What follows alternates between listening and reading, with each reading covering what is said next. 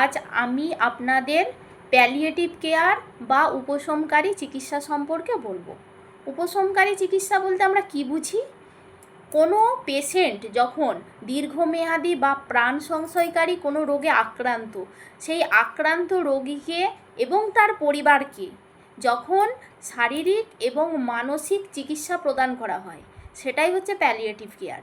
এবার palliative care কারা কারা পেতে পারেন?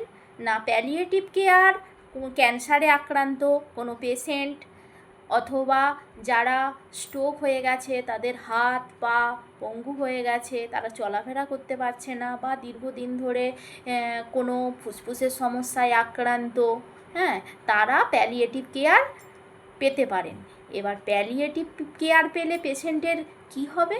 প্যালিয়েটিভ কেয়ার যদি আপনারা চিকিৎসা নেন, একটা পেশেন্টের শারীরিক এবং মানসিক সুস্থ হয়ে যায়।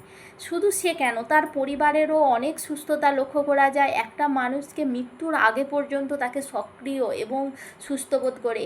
আমরা এমনিই জানি, আমরা যদি নিজেরা মানসিক দিক থেকে সুস্থ থাকি, তাহলে আমাদের রোগ আমাদের কাছ থেকে অনেকটা দূরে চলে যায়।